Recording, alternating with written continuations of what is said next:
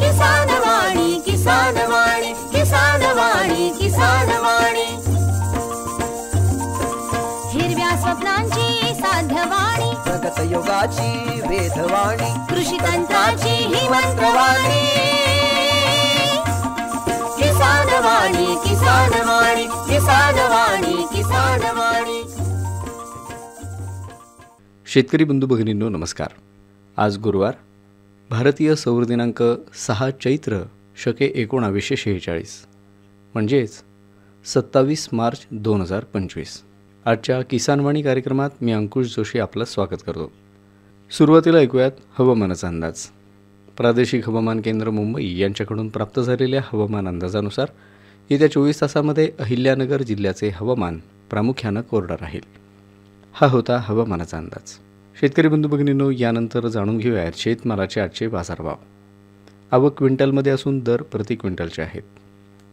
बाजरी आवक 1 2400 रुपये, गहू लोकल आवक 145 2300 ते 2800 रुपये, ज्वारी मालदांडी आवक 30 2000 ते 3600 रुपये, मका पिवळी आवक 247 2000 ते 2300 रुपये, हरभरा लोकल आवक 62 4800 ते 5100 रुपये, तूर पांढरी आवक 315 6800 ते 7100 रुपये, वाटाणा आवक 9 3500 ते 6000 रुपये, चिक्कू आवक 71 2500 ते 3000 रुपये, द्राक्ष आवक 5 2000 ते 2500 रुपये, कलिंगड आवक 115 800 ते 1000 रुपये, लिंबू आवक 10 8000 ते 12000 रुपये, पपई आवक 1000 रुपये. हे होते आजचे शेतमालाचे बाजारभाव.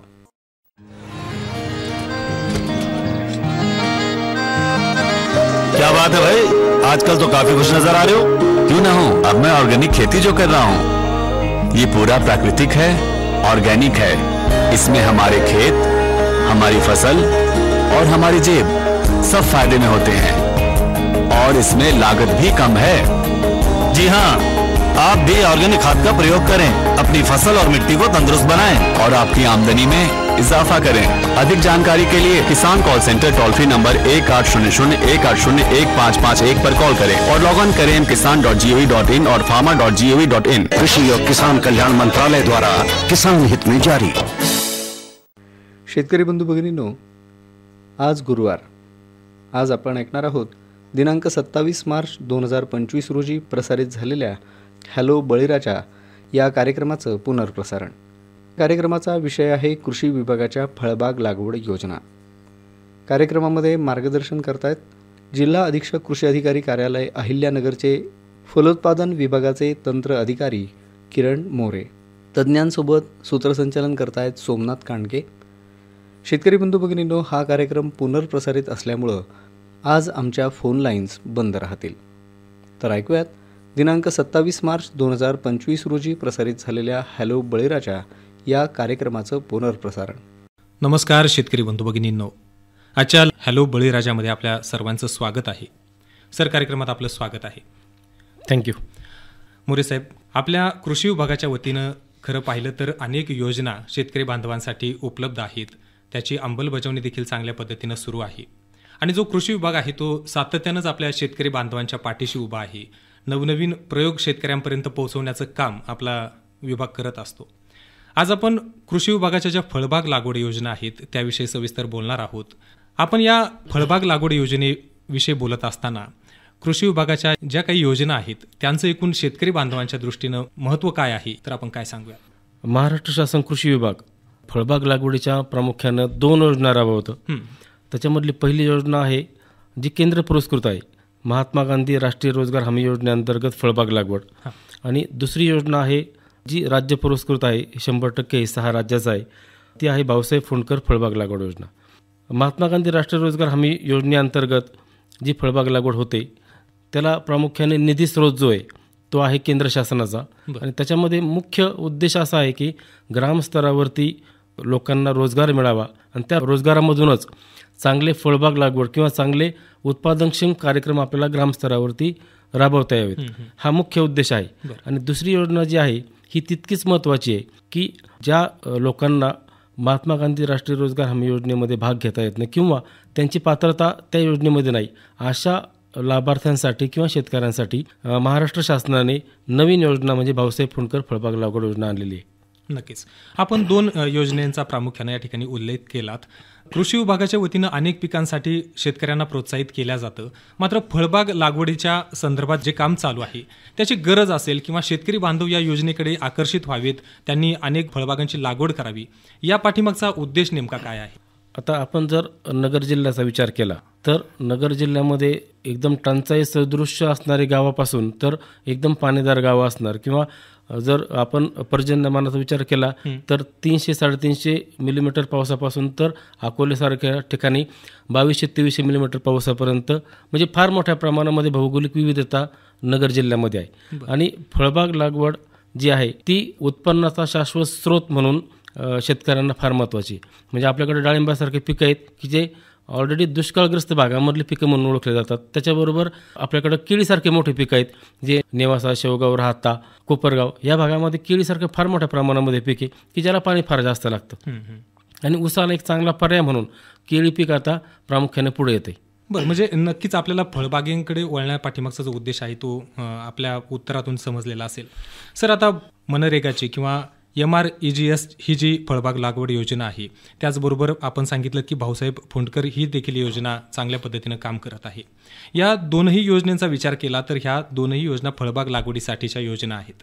मग यामध्ये नेमका फरक काय आहे, कोणत्या पद्धतीचे निकष यामध्ये गरजेचे असतात, त्याविषयी आपण सांगूयात. सर, आपण उत्तर देऊयात, मात्र आपल्याला एक शेतकरी बांधव संपर्क करतायत. आधी त्यांचा प्रश्न आपण समजून घेऊया.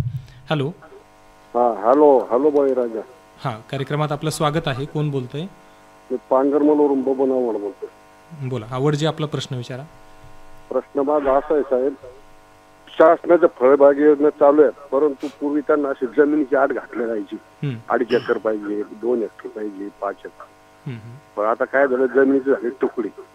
1/2 एकर, 1 एकर अशा जमीन आहे. आपलं कमीत कमी किती क्षेत्र असावं, 1/2 एकर मत करता येईल का प्रकरण? बरं सर, उत्तर देत आहे. आपल्याला दोन्ही योजनेमध्ये म्हणजे महात्मा गांधी राष्ट्रीय रोजगार हमी योजना आणि भाऊसाहेब फुंडकर फळबाग लागवड योजना याची अटच आहे की तुम्हाला 0.20 कमीत कमी क्षेत्र फळबाग लागवडीसाठी घेता येईल. तुम्ही 1/2 एकरावरती दोन्ही योजनेमधून फळबाग घेऊ शकता. फक्त त्यापेक्षा कमी घ्यायची असेल तर आपल्याला ती सुविधा नाही, पण कमीत कमी 1/2 एकर करू आहे. 1/2 एकर आहे. आवडजी, कार्यक्रमात सहभागी झालात, धन्यवाद. रामकृष्ण हरी. सर, या 2 योजनेमधील जे प्रामुख्यानं फरक दिसतात किंवा जे निकषांमध्ये जे काही बदल असतील ते आपण सांगूया.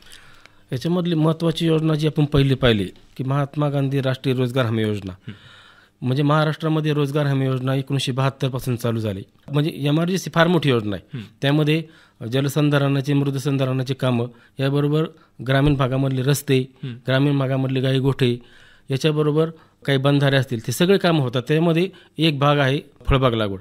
1989 महाराष्ट्रामध्ये फळबाग लागवडीची प्रायोगिक तत्त्वावर सुरुवात झाली. 1990 पूर्ण महाराष्ट्रासाठी ही योजना लागू केली गेली. आणि राज्याच्या ह्या योजनेचं यश पाहता केंद्र सरकारने 2003 ह्या योजनेचं सगळं स्वरूप समजून घेतलं आणि 2005 पूर्ण देशासाठी कायदा केला. आणि तो कायदा आपल्याला महात्मा गांधी राष्ट्रीय रोजगार हमी योजना या स्वरूपामध्ये पूर्ण देशामध्ये राबवला गेला. आता सध्या महात्मा गांधी राष्ट्रीय रोजगार हमी योजनेअंतर्गत पूर्ण देशामध्ये फळबाग लागवडीची किंवा मृदसंधारणाची कामं होतात. ही योजना प्रामुख्याने जे कमी क्षेत्र असणारे शेतकरी आहेत, जे अल्पभूधारक, अत्यल्पभूधारक आहेत, यांच्यासाठी प्रामुख्याने ही योजना आहे. म्हणजे या योजनेची अटच अशी आहे की 2 हेक्टर तुमचं आटचं क्षेत्र पाहिजे, म्हणजे सर्वसाधारण शेतकऱ्यांसाठी. आणि बाकी अनुसूचित जाती, अनुसूचित जमाती, दारिद्र्यरेषेखालील लाभार्थ्यांना याच्या क्षेत्राची अट नाही. परंतु ह्या योजनेमध्ये सर्वसाधारण शेतकऱ्यांना 2 हेक्टर आटचं क्षेत्र असेल किंवा त्यापेक्षा कमी असेल तरच ह्या योजनेमध्ये सहभाग घेता येतो. अन्यथा ज्याच्या 2 हेक्टरपेक्षा जर जास्त असेल तर ह्या योजनेमध्ये त्यांना सहभागी घेता येत नाही. आपण पुढे बोलूयाच. एक शेतकरी बांधव संपर्क करतायत. हॅलो. हॅलो. हा सर, सध्या फळबागा जे आहे त्यांना अनुदान आहे का, उपलब्ध का नाही आहे? कारण आमच्या उशिरा मंजूर झाल्या, रोपही मिळणार, त्याच्यामुळे विचारलं. आपल्या कुठल्या योजनेमधून मंजूर आहेत कळेल का? हा MREGS मध्येच आहे ना. हां, MRS कामं सध्या चालू आहेत. केंद्र शासनाच्या नियमाप्रमाणे 1 जून ते 31 डिसेंबरपर्यंत आपण फळबाग लागवड करू शकतो. परंतु ज्या ठिकाणी पाण्याची उपलब्धता आहे, बागायत पिकं म्हणजे तुम्हाला विहीर असेल, शेततळ असेल, हे जर उपलब्ध असेल तर तुम्ही वर्षभर म्हणजे 1 जूनपासून ते 31 मार्चपर्यंत ही फळबाग लागवड करू शकता. आणि आत्ता रोप उपलब्धता म्हणता तुम्ही, आपल्या अहिल्यानगर जिल्ह्यामध्ये 5 शासकीय रोपवाटिका आहेत. त्या आहेत आपल्याला काष्टीला आहे, पाथर्डीला आहे, कुकाना आहे, पुणतांबा आहे आणि खाजगी नर्सऱ्या ज्या आहेत म्हणजे ज्याला आपण कृषी विभाग परवाना देतो, अशा जवळजवळ 60 रोपवाटिका आहेत. रोपं उपलब्ध आहेत भरपूर. आत्ता तुम्हाला कुठले रोपं पाहिजे असतील तुम्ही कृषी विभागाशी संपर्क करा. आमच्या MRGS मध्ये गुलाबाच्या लागवडीचं हे चाललंय, तर रोपच नव्हते ना त्याचे उपलब्ध. आता रोप उपलब्ध झाले. नक्कीच. मग ते आता लावलं तर होतील काय ते? हो, होतील. आपण सरांनी सांगितलेल्या ज्या शासकीय नर्सरी आहेत, रोपवाटिका आहेत, त्या ठिकाणी संपर्क साधला तर कुठल्या तरी एका ठिकाणी आपल्याला ती रोपं नक्कीच मिळणार आहेत. आपण कार्यक्रमात सहभागी झालात, धन्यवाद. MRGS मध्ये आणखी एक आहे की महात्मा गांधी राष्ट्रीय रोजगार हमी योजनेमध्ये लाभार्थी निवडीसाठी ग्रामसभेला फार मोठ्या प्रमाणामध्ये अधिकार आहेत. म्हणजे ग्रामसभेची मंजुरी असल्याशिवाय लाभार्थ्यांची निवड होत नाही. म्हणजे पुढच्या वर्षीचे लाभार्थी आपल्याला निवडायचे असतील तर आदल्या वर्षी 15 ऑगस्टच्या ग्रामसभेमध्ये आपल्याला सगळ्या लाभार्थ्यांचे अर्ज घ्यावे लागतात. जेवढे अर्ज आले ती ग्रामसभा त्याला मंजुरी देते, तिथं लेबर बजेट तयार करते, ते गावाचं लेबर बजेट तयार होतं. ते लेबर बजेट पंचायत समितीला जातं, तिथं तालुक्याचं लेबर बजेट तयार होतं. तिथून ते जिल्हा परिषदेच्या सर्वसाधारण सभेमध्ये येतं, ते जिल्ह्याचं लेबर बजेट तयार करतं, त्याची ब्लू प्रिंट होते आणि त्या लेबर बजेटमध्ये जे लाभार्थी समाविष्ट आहेत ते लाभार्थ्यांच्या नावानिशी आहे. तेच लाभार्थी पुढच्या वर्षी फळबागेचा किंवा इतर MRGS मधल्या घटकांचा लाभ घेऊ शकतात. जर काही लाभार्थी राहिले असतील तर पूरक लेबर बजेटसुद्धा सादर करावं लागतं. म्हणजे मला सांगण्याचा उद्देश असा आहे की जर तुम्हाला महात्मा गांधी राष्ट्रीय रोजगार हमी योजनेमध्ये सहभाग घ्यायचा असेल तर त्याची सुरुवात तुम्हाला 1 वर्ष अगोदर करावी लागेल. म्हणजे तुमची मंजुरी तुम्हाला ग्रामसभेकडून घ्यावी लागेल. नक्कीच. सर, आपण MREGSच्या स्वरूपाविषयी, या योजनेच्या स्वरूपाविषयी सांगितलेलं आहे. आता भाऊसाहेब फुंडकर ही योजना नेमकी कशी आहे? महात्मा गांधी राष्ट्रीय रोजगार हमी योजनेमध्ये 2 हेक्टरचा जो निकष आहे, 8चं क्षेत्र 2 हेक्टर किंवा त्याच्यापेक्षा कमी पाहिजे. मग जे मोठे शेतकरी आहेत, ज्याचं 8चं क्षेत्र 2 हेक्टर किंवा 2 हेक्टरपेक्षा जास्त आहे, अशा लोकांसाठी, शेतकऱ्यांसाठी कुठलीच योजना फळबागेची नव्हती. मग महाराष्ट्र शासनाने एक नवीन योजना आणली, भाऊसाहेब फुंडकर फळबाग लागवड योजना. आणि ह्या योजनेचं निकषच असा आहे की जे शेतकरी की महात्मा गांधी राष्ट्रीय रोजगार हमी योजनेमध्ये अपात्र आहेत, अशा शेतकऱ्यांसाठी प्राधान्यानं भाऊसाहेब फुंडकर फळबाग लागवड योजना देण्यात आलेली आहे. आणि ही जी योजना आहे ही पूर्णपणे राज्य शासनाची आहे. 100% निधी स्रोत हा राज्य शासनाचा आहे आणि ही पूर्णपणे ऑनलाईन आहे. म्हणजे तुम्ही MHA-DBT प्रणाली जी कृषी विभागाने 2020-21 मध्ये आत्मसात केली, त्याच्यामध्ये ज्या योजना आल्या ही 2021-22 मध्ये MHA-DBT मध्ये योजना आली.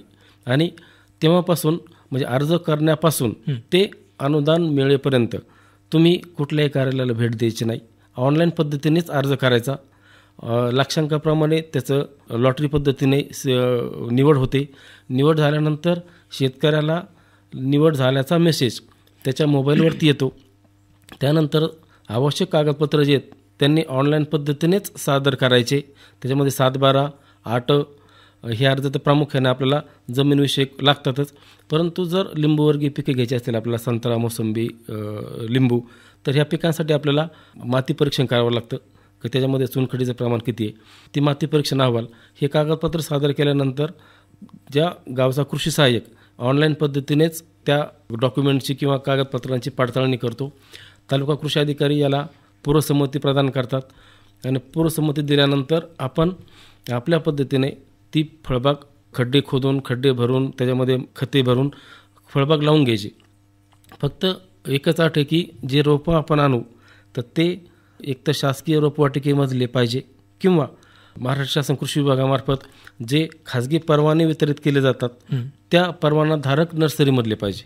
म्हणजे त्याचा उपयोग असा होतो की तिथं तुम्हाला जातीवंत रोपं, बिना रोग असलेले रोपं आणि फार चांगल्या पद्धतीने मातृवृक्ष असलेले रोपं तुम्हाला तिथे मिळतात. सर, आता आपण ज्या 2 योजनांविषयी उल्लेख केलेला आहे त्या भाऊसाहेब फुंडकर योजना आणि MREGS ही योजना यामधील जर फरक आपण पाहिला तर प्रामुख्यानं कोणकोणते फरक या दोन योजनांमध्ये आहेत, त्यांच्या निकषांमध्ये आहेत, थोडक्यात सांगूया. महात्मा गांधी राष्ट्रीय रोजगार हमी योजना जी आहे, ह्या योजनेचा प्रमुख उद्देश आहे की ग्रामस्तरावरती तुम्हाला गावातच रोजगार उपलब्ध करून द्यावा आणि रोजगार उपलब्ध करून देण्याबरोबरच गावामध्ये जे शाश्वत विकासाची कामं आहेत अशी कामं व्हावीत. अशा उद्देशाने ही योजना आली होती. याच्यामध्ये केंद्र शासन गावातल्या जॉब कार्ड धारक शेतकऱ्यांना 100 दिवसापर्यंत रोजगार उपलब्ध करून देतं आणि ह्या योजनेला लक्षांक पण नाही. तुम्ही गावातून जेवढी फळबाग कराल, जेवढे अर्ज कराल ते सगळे अर्ज त्याच्यामध्ये घेता येतात. आता ह्या योजनेमध्ये आणि भाऊसाहेब फुंडकरमध्ये काय वेगळेपण आहे की जी आपली महात्मा गांधी राष्ट्रीय रोजगार हमी योजना आहे ही फार ब्रॉड स्वरूपाची आणि केंद्र शासनाची आणि पूर्ण देशामध्ये काम करणारी. याच्यामध्ये जवळजवळ 59 पिकं आहेत. केळीसारखं पीक आहे, द्राक्षासारखं पीक आहे, याला दुसऱ्या कुठल्याही योजनेमधून अनुदान मिळत नाही, परंतु ह्या MRGS योजनेमधून केळी, द्राक्ष ह्या पिकांसाठी अनुदान मिळतं. त्याचबरोबर आत्ता जो ट्रेंड आहे बांबू लागवडीचा, बांबू लागवडीला सुद्धा MRGSमधून किंवा महात्मा गांधी राष्ट्रीय रोजगार हमी योजनेअंतर्गत अनुदान मिळतं. त्याच्याबरोबर फुलझाडांसाठी आपली कुठलीही योजना नाही, परंतु 4 प्रकारचे फुलं जे आहेत त्याच्यामध्ये गुलाब आहे, मोगरा, निशिगंध, सोनचाफा या फुलझाडांसाठी सुद्धा MRGSमधून अनुदान मिळतं. औषधी वनस्पती आहेत त्यासाठी सुद्धा अनुदान मिळतं. मसाल्याचे पिकं आहेत त्याच्यासाठी सुद्धा अनुदान मिळतं. म्हणजे अशा अनेक प्रकारच्या ज्या फळबागा आहेत त्या आपण लावू शकतो. आपले एक शेतकरी बांधव संपर्क करतायत. हॅलो हॅलो हॅलो, कार्यक्रमात स्वागत आहे. कोण बोलतंय? आपला प्रश्न विचार. भारत गटकर बोलतो तिरकडगावरून. फळबाग लागवडी करताना म्हणजे कोणते फळबाग आपण निवडू शकतो समजा या योजनेसाठी करण्यासाठी, योजनामध्ये लाभ घेण्यासाठी कोणती फळबाग असते? सर उत्तर देतात. याच्यामध्ये 2 योजना ज्या आहेत म्हणजे आपली जी भाऊसाहेब फुंडकर फळबाग लागवड योजना आहे त्याच्यामध्ये 16 प्रकारचे पिकं आहेत. त्याच्यामध्ये आंबा आहे, पेरू, डाळिंब, लिंबू, संत्रा, मोसंबी, सीताफळ, आवळा, चिंच, जांभूळ, कोकम, फणस, अंजीर, चिक्कू, नारळ आणि जी MRGS योजना आहे त्याच्यामध्ये तुम्हाला फुलंसुद्धा घेता येतात. म्हणजे त्याच्यामध्ये गुलाब आहे, मोगरा आहे, निशिगंध आहे, सोनचाफा आहे. म्हणजे तुम्हाला जे फळं पिकं लागतात म्हणजे ड्रॅगन फ्रूट, ॲव्होकॅडो जे एक्झॉटिक आपण फ्रूट्स म्हणतो हे सुद्धा आपल्याला MRGSमधून घेता येतात. म्हणजे अशा प्रकारच्या विविध फळबागांची लागवड आपण करू शकतो, त्यामध्ये अनेक फळपिकं आपण घेऊ शकतो. आता आपण थोडंसं MREGS ह्या योजनेविषयी बोलणार आहोत. यामध्ये कोणकोणत्या फळबागांची लागवड करता येते आणि शेतकरी बांधवांना त्यासाठी कोणत्या निकषांचा पूर्तता त्या ठिकाणी करावी लागते, कशा पद्धतीने ते पात्र होऊ शकतात त्याविषयी सांगूया. जी महात्मा गांधी राष्ट्रीय रोजगार हमी योजना आहे याच्यामध्ये आपण 3 पद्धतीने फळबाग लावू शकतो. म्हणजे बाकीच्या ज्या योजना आहेत त्या सलग फळबागेसाठी उपयुक्त आहेत, त्याला सलग फळबागच लागते. परंतु ही एकच योजना अशी आहे की MRGS की त्यामध्ये आपण 3 पद्धतीने फळबाग लावू शकतो. म्हणजे सलग फळबाग लावू शकतो. बांधावरती ज्याला लावायचे, जे क्षेत्र कमी आहे, कुठं बागायत आहे किंवा घराच्या तुम्हाला शेजारी फक्त बांधावर लावायची, बांधावर सुद्धा आपण ती फळझाडं लावू शकतो. पडीक जमिनीवर सुद्धा आपण ती फळझाडं लावू शकतो. ह्या 3 प्रकारे आपण फळझाडं या MRGSमध्ये लावू शकतो. ह्याच्यामध्ये जे वृक्ष पिकं आहेत याच्यामध्ये फळपिकं पण आहेत, जंगली पिकं पण आहेत. 59 पिकं आहेत. याच्यामध्ये करवंद, चिनार, गुलमोहर याच्यापासून तुमचा आंबा, काजू, चिक्कू, पेरू, डाळिंब, संत्रा, मोसंबी, लिंबू, नारळ, बोर, सीताफळ, आवळा याच्याबरोबरच बांबू, केळी, द्राक्ष यासारखी पिकं आहेत. फुलझाडासारखी पिकं आहेत. त्याच्यामध्ये गुलाब, मोगरा, निशिगंध आणि सोनचाफा. औषधी वनस्पती आहेत, जायफळ, मिरी, दालचिनी, लवंग हे आपल्याकडे जास्त होत नाही, परंतु फुलझाडं आपल्याकडे फार मोठ्या प्रमाणामध्ये होतात. म्हणजे रात्यामध्ये गुलाब फार मोठ्या प्रमाणामध्ये 10-20 गुंठ लोक गुलाब लावतात. त्याला मार्केट पण तिथे शिर्डीला उपलब्ध आहे. त्यामुळं गुलाब, मोगरा, निशिगंध, सोनचाफा यासारखी पिकं आपण फळपिकं याच्यामध्ये घेऊ शकतो. म्हणजे अनेक प्रकारची फळपिकं आणि त्याचबरोबर फुलशेती देखील आपण त्यामध्ये खऱ्या अर्थानं करू शकतो. आपले शेतकरी बांधव संपर्क करतायत. Hello hello. हां सर, कार्यक्रमात आपलं स्वागत आहे. आपलं नाव सांगा आणि आपला प्रश्न विचारा. अनिकेत साबळे बोलतोय. माझा प्रश्न असा होता, पाठीमागच्या 5 वर्षापूर्वी ज्यावेळेस आमच्या भागात संगमनेर तालुक्यामध्ये डाळिंब जास्त झालं होतं, तुमचा सर्वे राहत नाही का? आता डाळिंब पीक जास्त झालं, दुसऱ्या पिकाचं वाढवा, असं शासनाचं काही धोरण आहे का? शासनाचं तसं काही धोरण नाही, कारण डाळिंबाला मागणी एवढी आहे. म्हणजे ह्या डाळिंबाला अख्खा देशामध्ये आणि एक्सपोर्टमध्ये महाराष्ट्राच्या डाळिंबाला फार मोठी किंमत आहे. त्यामुळे डाळिंबाचं क्षेत्र कमी करावं हे अजिबात शासनाचं धोरण नाही किंवा कुठलंही. मधल्या काळामध्ये खूपच रेट कमी भेटले, त्याच्यामुळे आमच्या भागातले पुरे डाळिंब कोलॅप्स होऊन त्यांनी काढून टाकले होते. हा नाही, डाळिंबाचं क्षेत्र मधल्या काही काळामध्ये कमी झालं, त्याचे दोन मोठे कारण होतं उलट. हा नाही कमी झालं आता. हो, आत्ता कमी झालं. मग त्याच्यामध्ये तेलकट डाग रोगाचा प्रादुर्भाव असेल किंवा स्टेम बोररचा प्रादुर्भाव असेल किंवा फार मोठ्या प्रमाणामध्ये झाल्यानंतर उत्पादन एकाच वेळी बाजारामध्ये आलं तर रेटमध्ये फरक पडतो. पण सध्या विचार केला ह्या 2 वर्षापासून डाळिंबाला फार चांगले रेट आहेत, एक्सपोर्टला पण आहेत आणि स्थानिक बाजारपेठेमध्ये पण आहेत. नक्कीच सरांनी आपल्याला उत्तर दिलेलं आहे. आपण कार्यक्रमात सहभागी झालात, धन्यवाद सर. आता आपण भाऊसाहेब फुंडकर ही जी फळबाग योजना आहे त्याविषयी बोलूयात. या योजनेसाठी निकष काय आहेत आणि ही योजना कशा स्वरूपानं पुढे काम करत असते? भाऊसाहेब फुंडकर फळबाग लागवड योजनेला निकषच असा आहे की जे शेतकरी महात्मा गांधी राष्ट्रीय रोजगार हमी योजनेमध्ये अपात्र आहेत, म्हणजे ज्यांचं क्षेत्र 2 हेक्टरपेक्षा जास्त आहे किंवा क्षेत्र 2 हेक्टरपर्यंत आहे परंतु जॉब कार्ड उपलब्ध नाही. MRGSमध्ये तर जॉब कार्ड ही प्रथम अट आहे. ते जर उपलब्ध नसेल, 2 हेक्टरच्या आतमध्ये जरी क्षेत्र असेल आणि जॉब कार्ड नसेल, तो सुद्धा लाभार्थी भाऊसाहेब फुंडकरमध्ये भाग घेऊ शकतो. ही पूर्णपणे ऑनलाईन पद्धत आहे. त्याच्यामध्ये फक्त तुम्हाला स्वतःच्या नावे 7/12 पाहिजे, ऑटो पाहिजे आणि MahaDBT प्रणालीवरती तुम्ही स्वतःचं प्रोफाईल तयार करायचं. MahaDBTचा उद्देशच आहे की एकच पोर्टल आणि भरपूर कृषी विभागाच्या जेवढ्या ऑनलाईन योजना आहेत त्या सगळ्या योजनांना तुम्ही अर्ज करू शकता. आणि ही सगळी ऑनलाईन पद्धतीची प्रणाली आहे. तुम्हाला अर्ज केल्यापासून तर फार लाभार्थ्याला अनुदान वर्ग होईपर्यंत तुम्हाला कुठल्याही ऑफिसला जाण्याची गरज पडत नाही. ऑनलाईन पद्धतीनेच तुम्ही अर्ज सादर करता.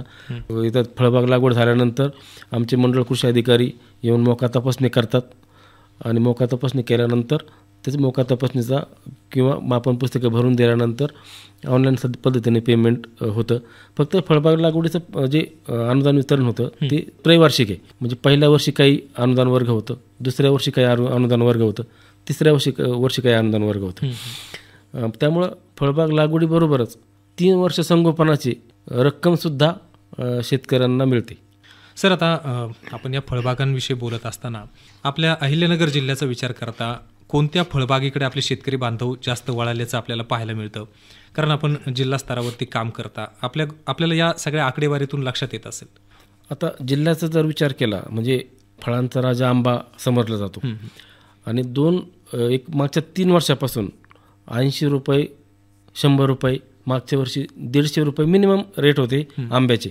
त्यामुळे आंबा फळबागेचं क्षेत्र आता वाढते आणि लोक पहिले बांधावरती आंबा लावायचे, आता सलग पद्धतीने आंबा लागवड होते. ह्या योजनेमधून 2 आंब्याचे अंतर दिलेले आहेत. एक 10 बाय 10 मीटर म्हणजे 30 बाय 30 फूट आणि कमी अंतरावर लावायचे असेल तर तुम्हाला 5 बाय 5 मीटर. बरं, म्हणजे त्याच्यामध्ये तुम्हाला हेक्टरी 400 झाडं बसतात. आंबा पिकामध्ये लोकांचा कल आहे. दुसरा आपल्याकडं डाळिंब पिकामध्ये पण कल आहे. नवीन जर विचार केला तर आत्ता इमर्जिंग 2 पिकं आहेत की ज्याच्यामध्ये शेतकरी फार उत्सुक आहेत. एक म्हणजे सीताफळ, दुसरं म्हणजे पेरू. याचं क्षेत्र फार मोठ्या प्रमाणामध्ये जिल्ह्यामध्ये वाढत आहे. जर पॉकेटचा विचार केला तर आपल्याकडे प्रामुख्याने संत्र्यासाठी पाथर्डी नगरमधला वाळकी भाग, पाथर्डीमधला पण करंजी, तिसगाव हा बेल्ट आणि नगरमधला वाळकी, अकोळनेर, नगर तालुका. दुसरा केळी पीक, याच्यामध्ये नेवाशाचा बॅकवॉटरचा भाग, शेवगाव, नंतर राहता, नंतर द्राक्ष सगळ्यात महत्त्वाचं पीक आहे की एक्सपोर्ट ओरिएंटेड पीक आहे. त्यामध्ये श्रीगोंदा, राहता, कोपरगाव, नेवासा ह्या भागामध्ये द्राक्ष मोठ्या प्रमाणामध्ये होते. बरं, आता आपण थोडंसं शेतकऱ्यांचा या योजनेकडे पाहण्याचा जो दृष्टिकोन आहे, प्रतिसाद आहे, तो कशा स्वरूपाचा आहे? शेतकरी बांधवांना प्रामुख्यानं या योजनेत सहभागी होताना कोणते मूलभूत जे प्रश्न पडतात ते कोणते आहेत, काय सांगूया? ह्या योजनेमध्ये फक्त सहभाग घेण्याची इच्छा पाहिजे. इच्छा झाली की तुम्हाला दोन्ही योजना आहेत, तुम्ही कुठल्याही योजनेमध्ये सहभाग घेऊ शकता. MRGSमध्ये तर तुम्हाला लक्षांकच नाही. म्हणजे ह्या वर्षी आपण आत्तापर्यंत 1700 हेक्टर फळबाग आपण MRGS ह्या योजनेअंतर्गत लागवड केलेली आहे. जवळजवळ ते शेतकरी आहेत 2500 शेतकरी. भाऊसाहेब फुंडकर ह्या योजनेमध्ये आपण मागच्या वर्षी 1000 हेक्टर फळबाग लावली होती, त्याच्यामध्ये होते 1500 शेतकरी सहभागी. आणि ह्या वर्षी आता आपण 1038 शेतकऱ्यांना आत्तापर्यंत ह्या योजनेचा लाभ दिलेला आहे. ज्या ज्या शेतकऱ्यांना फळबाग लागवडीची इच्छा आहे त्या सगळ्या शेतकऱ्यांना आपण ह्या दोन्ही योजनांच्या माध्यमातून निश्चितपणे अनुदान देऊ शकतो. सर, आता कार्यक्रमाची वेळ पाहता आपण शेतकरी बांधवांना अगदी शेवटीला या कृषी विभागाच्या ज्या काही योजना आहेत त्यांची जर माहिती पाहिजे असेल तर आपल्या शेतकरी बांधवांनी संपर्क कुठे करावा, त्याची अधिक माहिती कशी प्राप्त करून घ्यावी याविषयी सांगूयात आणि शेतकरी बांधवांना या योजनांविषयी आपण काय आवाहन कराल ते देखील सांगूयात. शेतकरी बांधवांना फळबाग लागवडीच्या योजनामध्ये सहभाग घ्यायचा असेल तर ग्रामस्तरावरती कृषी सहाय्यक आहेत कृषी विभागाचे, किंवा तालुका स्तरावरती तालुका कृषी अधिकारी आहेत, मंडळ स्तरावरती मंडळ कृषी अधिकारी आहेत. हे कुणालाही तुम्ही संपर्क केला तरीसुद्धा तुम्ही निश्चितपणे ह्या योजनेमध्ये सहभागी होऊ शकता. आत्ता विचार करता भुसार पिकांच्या मानाने ज्या शेतकऱ्याकडं पाणी उपलब्ध आहे अशा शेतकऱ्यांनी 100% फळबागेकडे वळण्यास काही हरकत नाही. त्याचा उद्देश असा आहे की शाश्वत उत्पन्नाचं साधन तुम्हाला निश्चितपणे उपलब्ध होतं. फळबाग लागवडीमध्ये ते तर उपलब्ध होतंच, परंतु लोकांचं आरोग्य सुधारण्यासाठी सुद्धा फळबाग लागवडीचा किंवा फळांचा फार मोठ्या प्रमाणामध्ये उपयोग होतो. जे प्रक्रियायुक्त फळ आहेत, पण कोरोना काळामध्ये पाहिलं असेल की संत्र्यामध्ये व्हिटॅमिन सी आहे, त्यामुळे त्याची मागणी त्या काळामध्ये फार मोठ्या प्रमाणामध्ये वाढली. त्यामुळे ते एक पुण्याचं काम आहे की आपण लोकांना फार चांगल्या पद्धतीचं अन्न प्रोव्हाइड करतो आणि त्याबरोबर आपल्याला अर्थार्जन पण होतं. नक्कीच नक्कीच. म्हणूनच खरं तर आपल्या शेतकरी बांधवांना अन्नदाता असं म्हणतात आणि तो दोन्ही पद्धतीनं तो या योजनेतून तो जो भाग आहे तो सफल करू शकतो.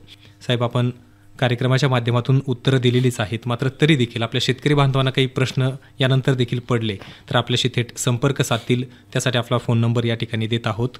किरण मोरे सरांचा नंबर आहे 9404 97 80 58. नंबर पुन्हा एकदा 9404 97 80 58. मोरे साहेब, आपण कार्यक्रमात सहभागी झालात त्यासाठी आकाशवाणी अहिल्यानगरच्या वतीनं आणि शेतकरी बांधवांच्या वतीनं आपले मनापासून आभार. धन्यवाद. धन्यवाद. शेतकरी बंधूंनो, आत्ताच आपण हॅलो बळीराजा या दिनांक 27 मार्च 2025 रोजी प्रसारित झालेल्या कार्यक्रमाचं पुनर्प्रसारण ऐकलं. कार्यक्रमाचा विषय होता कृषी विभागाच्या फळबाग लागवड योजना. कार्यक्रमामध्ये मार्गदर्शन करत होते जिल्हा अधीक्षक कृषी अधिकारी कार्यालय अहिल्यानगरचे फलोत्पादन विभागाचे तंत्र अधिकारी किरण मोरे. कार्यक्रमासाठी सूत्रसंचालन केलं होतं सोमनाथ कांडके यांनी. प्रधानमंत्री शेतकरी मानधन योजना. मिळेल पेन्शनचा आधार, शेतकरी नाराही निराधार, सुखाशी नात जोडले जाई, म्हातारपण खुशाल होई, सुरक्षित होई अन्नदाता, सुरक्षित होई अन्नदाता. प्रधानमंत्री शेतकरी मानधन योजनेनं लघु आणि सीमांत शेतकऱ्यांचं भविष्य होईल सुरक्षित आणि 60 वर्ष वयापासून 3,000 रुपयांची मासिक पेन्शन होईल सुनिश्चित. 55 रुपये ते 200 रुपयापर्यंत मासिक हप्ता देऊन प्रवेश करू शकतात 18 ते 40 वर्ष वयाचे शेतकरी. या अंशदायी योजनेत सरकार देईल बरोबरीचे योगदान. सर्व शेतकरी बंधू भगिनींनी या योजनेच्या लाभाकरिता जनसेवा केंद्रात जावे आणि आपले निशुल्क नोंदणीकरण करावे. प्रधानमंत्री शेतकरी मानधन योजना, अन्नदात्याच्या परिश्रमाचा आधार, पेन्शन त्याचं भविष्य सुरक्षित साकार. कृषी आणि शेतकरी कल्याण मंत्रालयातर्फे जनहितार्थ जारी. तर शेतकरी बंधू भगिनींनो, याचबरोबर आजच्या किसानवाणी कार्यक्रमाची वेळ संपत आली आहे. जाता जाता एक आठवण उद्याच्या शेतीविषयक कार्यक्रमाची. उद्या सकाळी 6:40 प्रसारित होणाऱ्या कृषीवाणी कार्यक्रमामध्ये आपण माहिती ऐकणार आहोत बीटापासून प्रक्रियायुक्त पदार्थ या विषयावरती. तसंच उद्या संध्याकाळी 7:30 प्रसारित होणाऱ्या आमचं शेत आमचा परिसर या कार्यक्रमात उद्या आपण मुलाखत ऐकणार आहोत उन्हाळ्यात जनावरांची निगा आणि व्यवस्थापन या विषयावरती. मुलाखत असणार आहे महात्मा फुले कृषी विद्यापीठ राहुरी इथल्या पशुविज्ञान आणि दुग्धशास्त्र विभागाचे सहाय्यक प्राध्यापक डॉक्टर महेंद्र मोटे यांची. तसंच उन्हाळी झेंडू लागवड तंत्रज्ञान याविषयीची मुलाखत ऐकू शकणार आहोत कृषी जैवतंत्रज्ञान महाविद्यालय लोणी तालुका राहता इथल्या सहाय्यक प्राध्यापिका सारिका पुलाटे यांची. तर शेतकरी बंधू भगिनींनो, याचबरोबर मी अंकुश जोशी आजच्या कार्यक्रमात आपला इथेच निरोप घेतो. पुन्हा भेटूया आधुनिक शेतीविषयीच्या मुलाखती घेऊन. तोपर्यंत नमस्कार. शेतीची भाष्यवाणी, पेरन काढन सांगे वाणी, शेती सुखाची आधारवाणी. किसानवाणी, किसानवाणी, किसानवाणी, किसानवाणी, किसानवाणी, किसानवाणी. किसानवाणी किसानवाणी किसानवाणी किसानवाणी किसानवाणी किसानवाणी किसानवाणी किसानवाणी किसानवाणी किसानवाणी किसानवाणी